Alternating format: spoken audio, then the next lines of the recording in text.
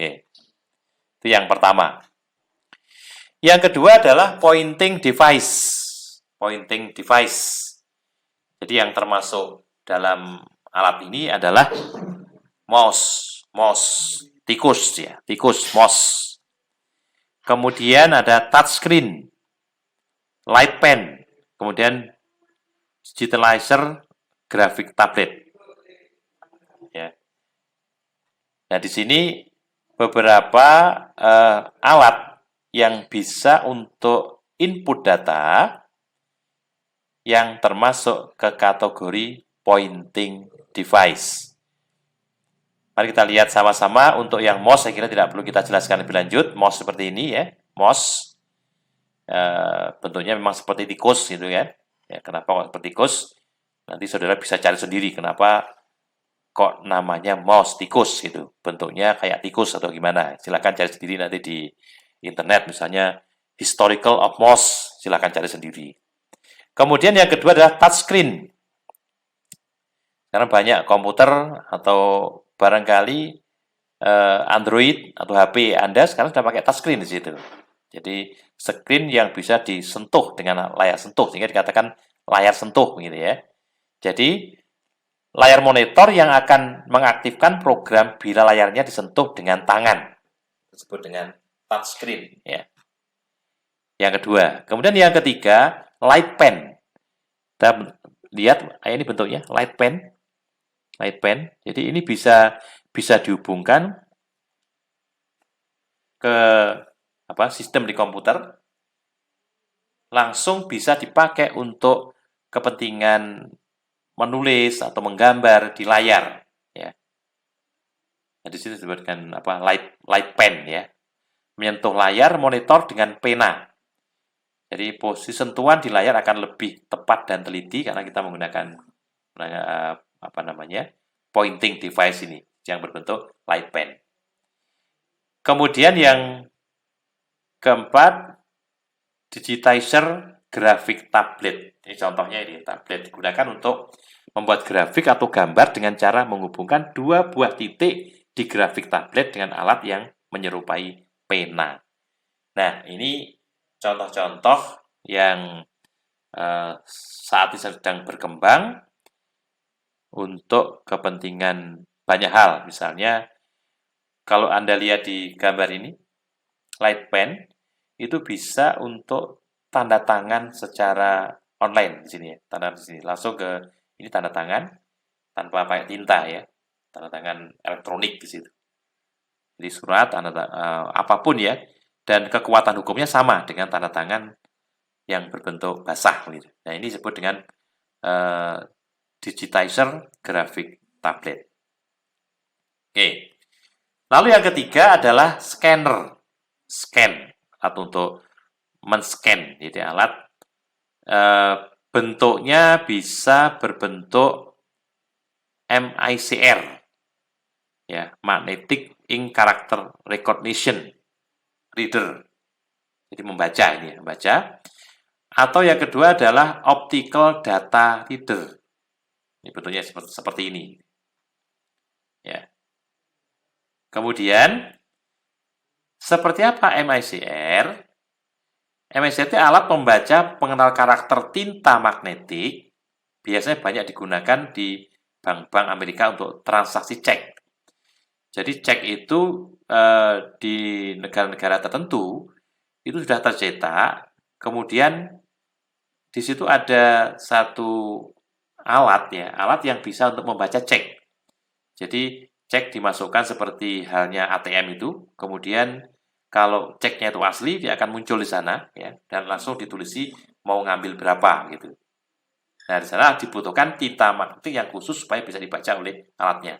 Jadi di dalam ceknya itu sudah dibumbui satu kode tertentu dengan menggunakan tinta magnetik, sehingga ketika nasabah akan mengambil uang di bank atau penabung akan mengambil uang di bank, maka dengan menggunakan media cek, maka ceknya akan di-scan dulu di situ dan terbaca, maka otomatis akan masuk ke dalam sistem ya, bahwa itu betul-betul asli gitu. Baru ditulis berapa yang mau akan diambil gitu.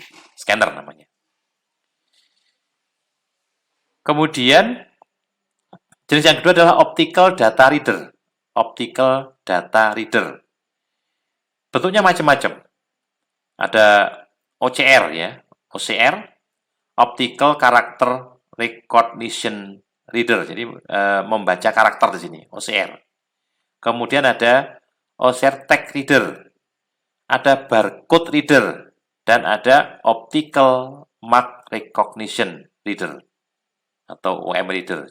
Jadi ini semua adalah untuk membaca secara optik, data secara optik ya di situ ya. Sehingga dengan membaca ini tanpa harus masuk melalui keyboard pun sudah akan dapat diterima oleh komputer. Nah, masing-masing kita bicarakan di sini optikalnya ini. Kelemahan keterbatasan dari MICR harus ditulis dengan tinta magnetik yang khusus. Ini keterbatasan kalau MICR ya. Pakai tinta magnetik yang khusus. Tentunya ada cost-nya di situ. Lalu terbatasnya jumlah macam karakter yang dipergunakan, yaitu hanya tersedia 14 macam karakter saja. Ya, saat ini ya. Mungkin suatu ketika akan berubah ya, karena teknologi sangat cepat berubah begitu. Kalau ini dianggap sebagai kelemahan, bisa jadi MICR itu akan berbenah diri ya untuk menambah karakter yang lain. Kemudian bentuk karakter yang paling populer adalah OCRA ya, yang dikembangkan oleh Business Equipment Manufacturer Association, BME namanya. Ini pakai MICR. Kemudian yang kedua OCR Text Reader. Ya.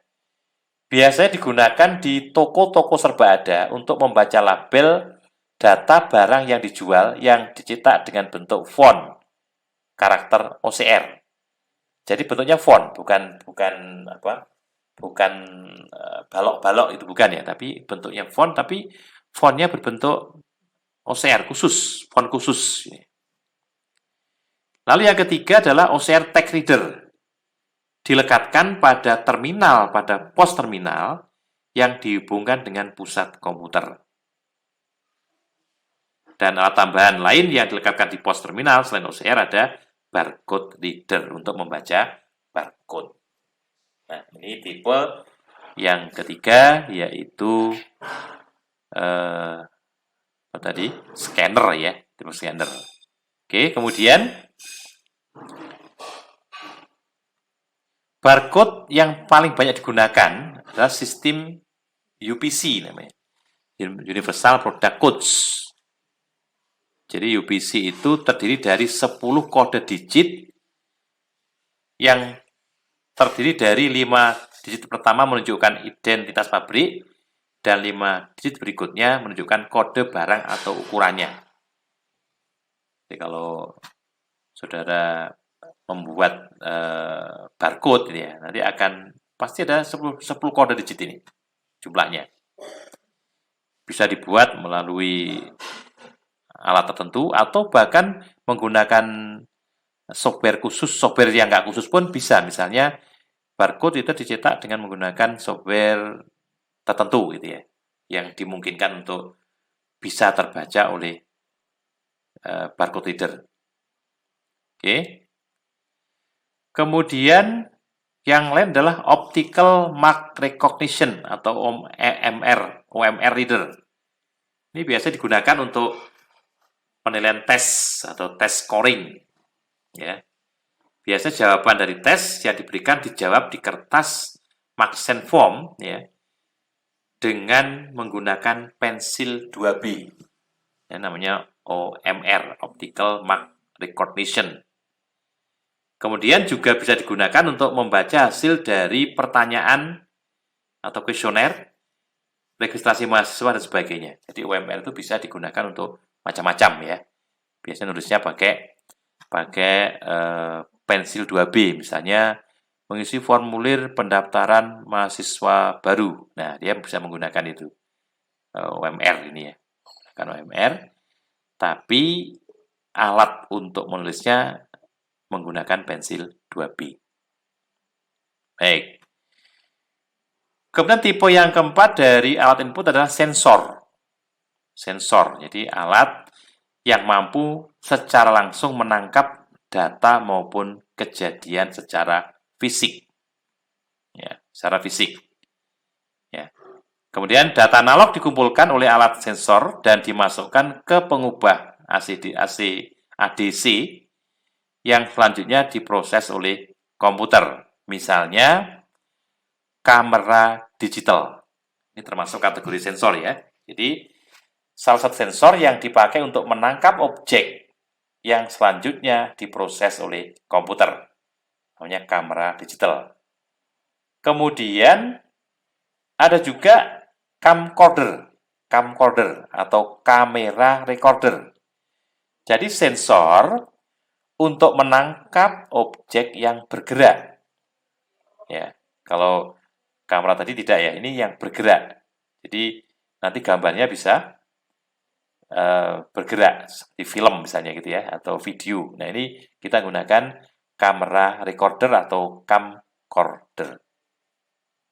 Nah kemudian yang kelima voice recognition. Ya, voice recognition biasa disebut dengan speech recognition, yaitu alat untuk membuat komputer mengerti omongan manusia. Sehingga ketika kita ngomong di satu alat tertentu, ya, jadi sensor itu, maka apa yang kita omongkan itu kalimat dapat ditangkap langsung oleh komputer.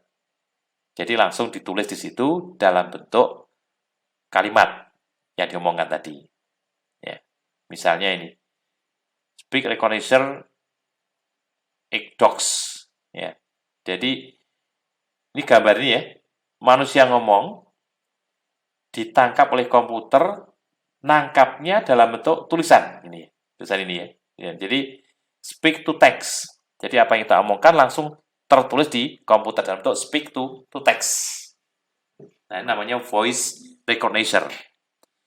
Nah, seperti kalau saudara menggunakan aplikasi panggilan handphone atau Android begitu ya. Biasanya kita dilengkapi dengan ini fasilitas voice recognition. Misalnya mau nelpon Amin gitu ya. Lalu saudara langsung bilang Amin. Nah, maka akan muncul nomornya Amin. Artinya dia sudah menangkap itu dan dia bisa menerjemahkan ke dalam tulisan. Kalau ditulis ke dalam keyboard nanti akan muncul AMIN, tetapi begitu Anda melakukan panggilan pakai voice recognition, maka otomatis HP Anda akan dapat menangkap apa yang Anda omongkan begitu. Namanya voice recognition. Oke. Itu yang pertama, alat input. Lalu yang kedua adalah alat pemroses atau Central Processing Unit. Unit pemroses utama, alat pemroses. Bagian yang kedua. Yaitu alat di mana instruksi program dieksekusi untuk memproses data yang dimasukkan lewat alat masukan yang hasilnya akan ditampilkan di alat output. Nah, sehingga alatnya terdiri dari dua, satu central processor, yang kedua adalah main memory atau memori utama.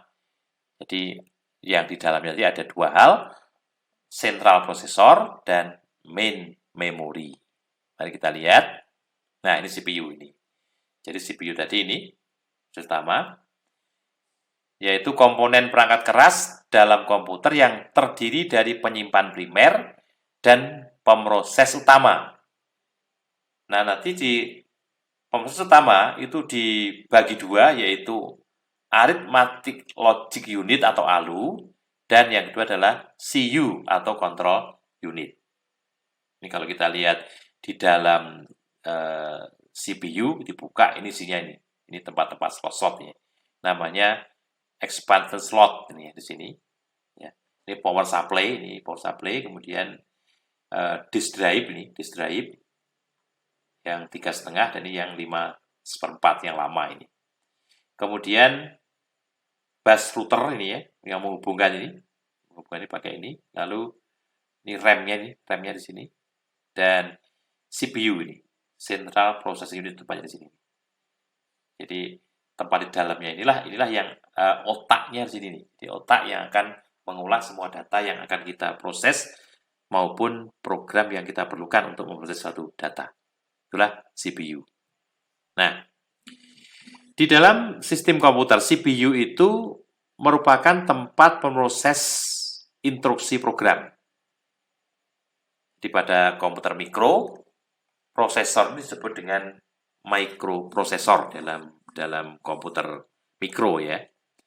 Nah, ada 3 bagian utama tadi ya. 1, unit kendali atau control unit. Yang kedua, unit aritmatika dan logika. Dan yang ketiga adalah unit penyimpan berukuran kecil atau register. Ini letaknya di CPU, ya. Apa tugas dari control unit? Ya, tugas utamanya adalah ini, mengatur dan mengendalikan alat-alat input dan alat output. Ini tugasnya itu. 2, mengambil instruksi dari main memory. Dari memori utama diambil, mau diproses gitu. Kemudian, mengambil data dari main memory kalau diperlukan oleh proses. Itu tugas dari control unit atau unit pengendali di situ, di dalam sistem komputer. Lalu yang keempat, mengirimkan instruksi ke arithmetic and logic unit bila ada perhitungan matematika atau perbandingan logika, serta mengawasi kerja dari arithmetic and logic unit di menghubungkan antara satu dan komponen yang lain. Dan yang kelima, menyimpan hasil proses ke main memory utama. Ya, tentunya setelah memori utama nanti akan disimpan ke memori sekunder ya. Jadi kalau utama sifatnya kan bisa hilang ketika komputernya mati. Maka agar permanen setelah disimpan memori akan tersimpan di dalam alat penyimpan sekunder. Oke. Kemudian register digunakan untuk menyimpan instruksi dan data yang sedang diproses oleh CPU. Sementara ya, sedang instruksi dan data lainnya yang menunggu giliran untuk diproses, itu masih disimpan di main memory. Jadi, yang sudah diambil oleh CPU diproses masuk ke register, sementara yang masih menunggu proses, masih tersimpan di dalam main memory. Nah, di dalam main memory utama, bagian yang kedua ini, memuat atau terdiri dari 2 memori, yaitu Random Access Memory atau RAM, dan yang kedua adalah Read-Only Memory. Ada RAM, ada ROM. RAM itu apa? RAM digunakan untuk menyimpan program dan data yang akan diproses oleh CPU.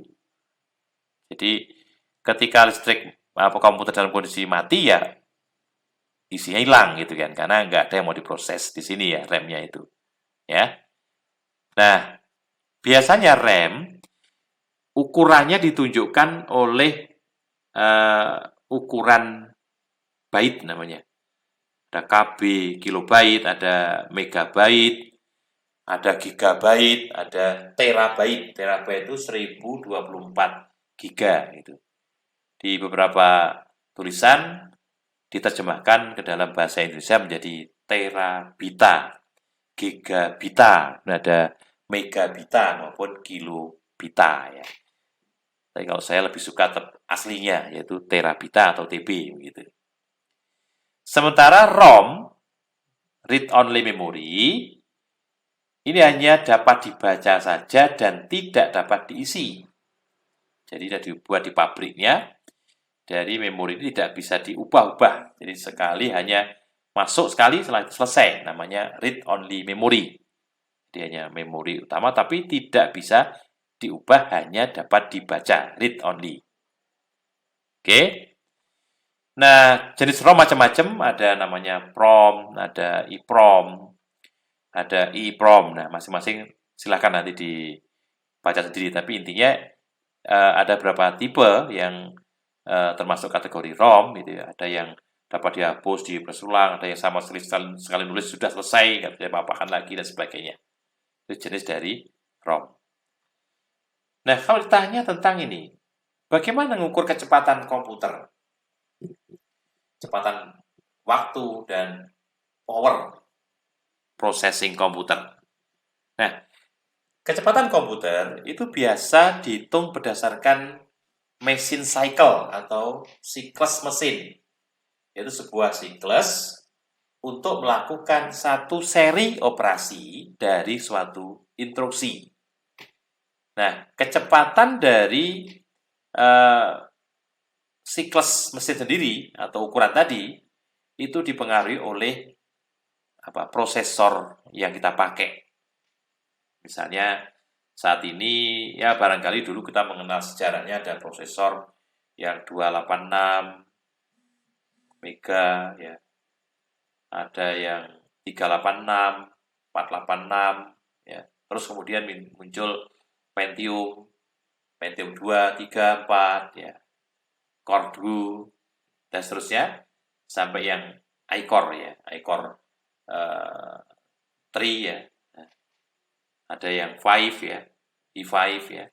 Ada i7, Core i7, Core i7 ya. Dan yang terbaru adalah Core i9 X series ini yang terbaru di sini. Ya, terbaru generasi setelah i7 ya, i7 di sini. Tentunya kalau kita terjemahkan kalau duo core itu berarti 2 kali kecepatan, kalau 7 core 7 ya berarti 7 kali kecepatan, dan kalau sebenarnya berarti kecepatannya 9 kali gitu. Ya. Ini kecepatannya. Oke. Kemudian ngukurnya tadi, siklus tadi itu, siklus mesin itu diukur dengan tadi. Ada mengukur 1/1000 detik namanya millisekon, ada microsekon 1/1 juta detik, ada nanosekon 1/1 miliar, dan pikosekon itu 1/1 triliun detik kecepatannya. Bisa dibayangkan kalau kita menghitung 1/1 triliun seperti apa angkanya. Susah untuk dihitung pakai kalkulator sih kira ini. Nah, itulah kecepatan untuk pengukuran komputer. Nah, kemudian bagaimana komputer menyimpan data? Nah, komputer menyimpan data dalam bentuk bit atau binary digit. Ya. Binary digit. Oh, maaf, ini salah ini. Binary digit ini kebanyakan NA ya. Binary digit atau bit gitu ya. Dan bilangan biner itu terdiri dari 2 angka saja. 0 dan angka 1. Angka 0 dan angka 1. Jadi kalau seperti sistem listrik itu kalau 0 mati, 1 hidup gitu ya. Nah, yang dikenal ada 2 cara yang populer untuk menggambarkannya adalah satu EBCDIC. Ya, EBCDIC namanya ini, EBCDIC. Ini yang digunakan kode biner digunakan oleh IBM. Kemudian yang kedua ASCII. ASCII. Nah, seperti apa implementasinya seperti ini. Ketika di keyboard kita nulis huruf A, gitu kan, maka di dalam sistem komputer dia akan menerima informasi yang berupa ini, kode biner ini. 11000001. Artinya apa? Artinya huruf A di keyboard yang dapat diketahui manusia itu nanti ketika di komputer akan ditangkap komputer dengan angka ini 110001. Ini kalau FCD, kalau ASCII 101001 gitu ya. B juga 11000010. Maka kalau ASCII ya sama 10100010 dan seterusnya. Sehingga kalau kita ada huruf dari A sampai Z berarti semuanya punya kode sendiri gitu ya. Belum angka dan sebagainya. Jadi nanti kita kalau misalnya menulis gitu ya, menulis dengan menggunakan kode biner, tentunya sangat panjang. Nah, saya ingat dulu ketika saya kuliah tentang komputer itu, diminta untuk menulis nama dan alamat itu menggunakan kode biner ini. Ya, jadi hanya kumpulan angka-angka ini yang membentuk karakter gitu. Jadi kalau Amin ya berarti kita A dulu, lalu M dulu, kemudian I dulu, baru N dulu gitu ya. Jadi satu-satu begitu. Nah, inilah bagaimana komputer menyimpan data. Artinya komputer tidak bisa menyimpan data dalam bentuk karakter, tapi dalam bentuk kode kode biner. Oke. Lalu yang ketiga alat keluaran atau output. Ya, keluaran output yang dihasilkan. Output yang dihasilkan digolongkan dalam 3 bentuk. Satu, tulisan, huruf, angka, kata, karakter, sebagainya. Kemudian image, grafik, gambar, dan suara, musik atau omongan. Gitu. Jadi itu adalah alat yang digunakan atau output yang akan dikeluarkan oleh sistem komputer. Nah, alat keluarannya bisa berbentuk hard copy device, alat yang berbentuk hard copy, maupun soft copy device. Nah, seperti apa bentuknya ini? Hard copy device, bentuknya apa ini? Mencetak tulisan, grafik, atau gambar pada media pencetak ini kan? Namanya printer ya. Namanya printer ini printer.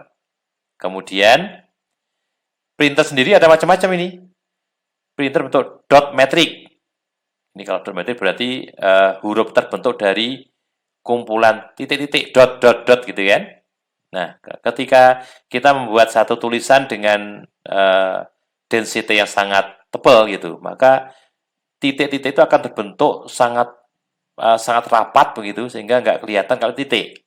Tapi ketika kita membuat huruf, kemudian nyetaknya menggunakan draft, ya, maka akan kelihatan. Titik-titiknya kelihatan di situ. Maka disebut dengan dot metric. Lalu yang kedua, inkjet printer. Kalau tadi tekan pada jarum, titik-titik gitu, jarum-jarum gitu kan. Tapi kalau inkjet itu sapuan. Jadi sapu, jadi disapu begini. Seperti kalau kuas itu, mengkuas ya, dikuas. Jadi bentuknya kuas, set gitu, kuas itu. Nah, sementara yang ketiga laser jet, itu bentuknya satu permukaan itu akan langsung ditangkap oleh kertas ya. Dan kertas, kemudian kertas itu akan dicetak ke dalam sistem kertas kita oleh printer, jadi namanya printer laser jet. Kemudian yang kedua plotter. Plotter alat cetak yang mempunyai kemampuan mencetak grafik atau gambar dengan baik. Biasanya menggunakan pen plotter seperti ini bentuknya. Ini plotter. Dulu umumnya dipakai oleh arsitek setelah dia menggambar, bahkan 3 dimensi gitu ya, kemudian dicetak menggunakan alat namanya plotter ini. Nah, plotter sekarang dikembangkan untuk berbagai macam hal, misalnya dikembangkan untuk membuat banner misalnya, sekarang cetak, dan medianya pun tidak lagi pakai kertas, karena pakai plastik juga sudah memungkinkan untuk itu. Nah, ini alat cetak. Yang berbentuk soft copy device, yaitu alat yang digunakan untuk menampilkan tulisan, image, dan suara pada media soft, lunak, yaitu berupa sinyal elektronik. Misalnya apa ini? Misalnya video display, monitor ini ya. Lalu ada flat panel display, liquid crystal atau LCD. Lalu ada speaker. Nah, speaker ini merupakan soft copy device yang digunakan untuk menampilkan hasil pemrosesan dari komputer. Sementara alat simpan luar, kenapa ada simpan luar? Karena kalau main memory yang tadi kita jelaskan itu sifatnya hanya sementara, ya. Jadi simpanan yang kapasitasnya itu tidak besar dan bersifat volatile. Volatile artinya apa? Ketika listrik mati ya ikut hilang kan begitu, karena volatile gitu ya. Jadi akan hilang kita aliran listriknya terputus tadi. Maka diperlukan apa? Alat simpan luar. Nah, bentuknya seperti apa? Ada berapa jenis? Yang pertama alat simpan luar yang bersifat DASD, Direct Access Storage Device. Jadi alat penyimpan pengaksesan langsung. Ya, langsung. Artinya letaknya di mana saja itu dapat terbaca oleh komputer dengan baik ya, karena namanya akses langsung, namanya DASD gitu ya. Yang termasuk kategori apa itu? Ada floppy disk, ya, disket ada ukuran 3,5 maupun 5/4. Kemudian ada hard disk, kemudian juga ada removable disk, seperti apa ini? Flash disk ya. Ini flash disk ya. Ini termasuk kategori DASD, ya, flash disk. Oke. Kemudian kita lihat teknologi optical disk. Tadi ya, optical disk. Tadi kan floppy disk, hard disk maupun removable disk. Yang ketiga, teknologi optical disk. Ada CD-ROM, compact disk ROM namanya ya, compact disk ROM singkatannya itu. Jadi menggunakan teknologi sinar laser dan bersifat WOMS, write once, read many, gitu ya. Ya, jadi intinya apa ini? WOMS itu adalah sekali tulis, ya, bacanya bisa berkali-kali, kan begitu. Ya, ini direkam sekali, kapasitas antara 600 sampai 700 MB. Jadi ROM itu. Kemudian yang kedua DVD-ROM. DVD-ROM, Digital Versatile Disk ROM, yaitu teknologi yang dipakai sama dengan CD-ROM, tapi kapasitasnya cukup tinggi, 4,7 GB. Kalau tadi kan hanya 600 sampai 700 mega, ini 4,7 GB. Ini teknologi optical disk. Nah, itulah gambaran tentang komputer, tentang hardware komputer, yang dimulai dari kategori komputer, kemudian komponen dasar komputer, kemudian alat-alat yang tertera pada komputer, mulai dari input, alat pemrosesan, dan seterusnya, sampai dengan alat keluaran.